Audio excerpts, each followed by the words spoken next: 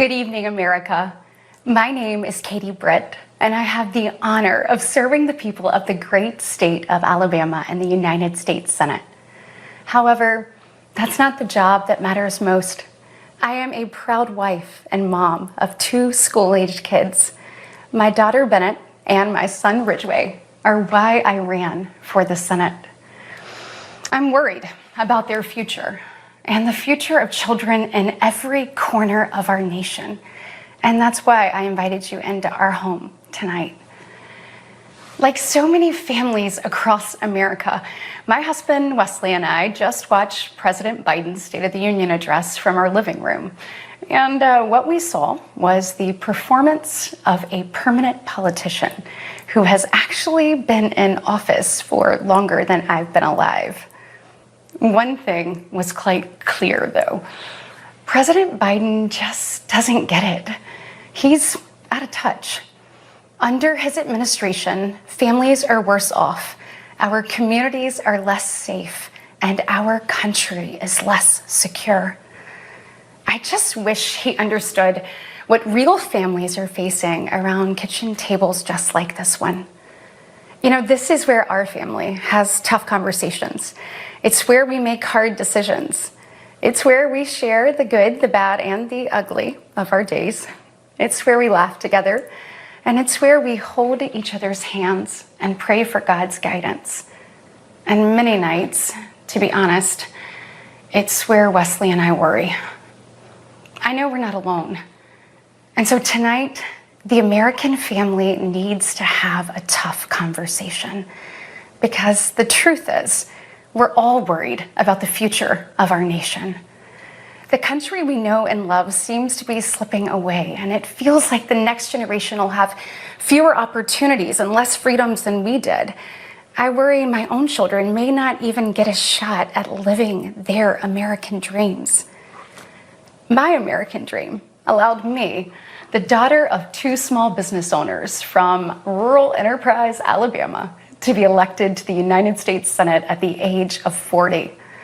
Growing up, sweeping the floor at my dad's hardware store and cleaning the bathroom at my mom's dance studio, I never could have imagined what my story would entail. To think about what the American dream can do across just one generation, in just one lifetime, it's truly breathtaking.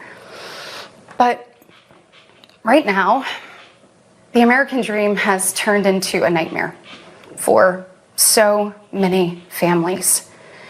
The true, unvarnished state of our union begins and ends with this. Our families are hurting. Our country can do better.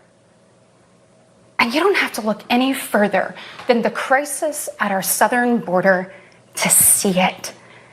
President Biden inherited the most secure border of all time. But minutes after taking office, he suspended all deportations, he halted construction of the border wall, and he announced a plan to give amnesty to millions. We know that President Biden didn't just create this border crisis, he invited it with 94 executive actions in his first 100 days. When I took office, I took a different approach. I traveled to the Del Rio sector of Texas.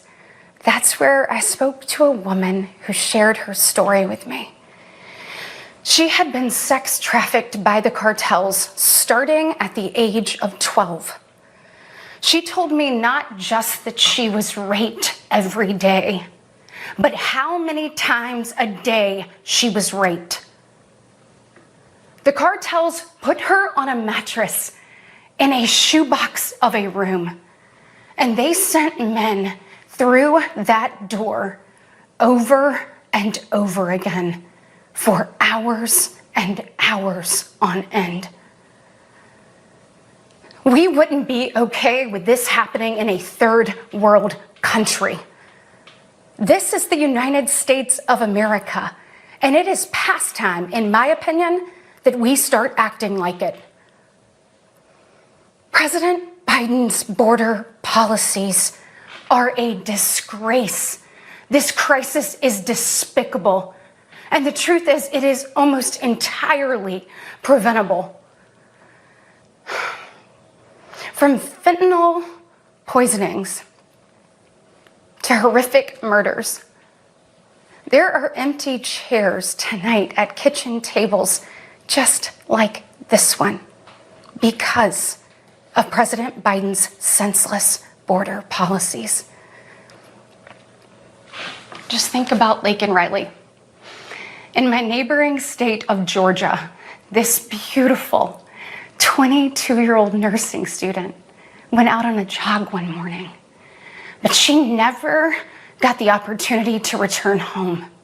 She was brutally murdered by one of the millions of illegal border crossers President Biden chose to release into our homeland. Y'all, as a mom, I can't quit thinking about this. I mean, this could have been my daughter. This could have been yours. And tonight, President Biden finally said her name. But he refused to take responsibility for his own actions. Mr. President, enough is enough. Innocent Americans are dying, and you only have yourself to blame. Fulfill your oath of office, reverse your policies, end this crisis, and stop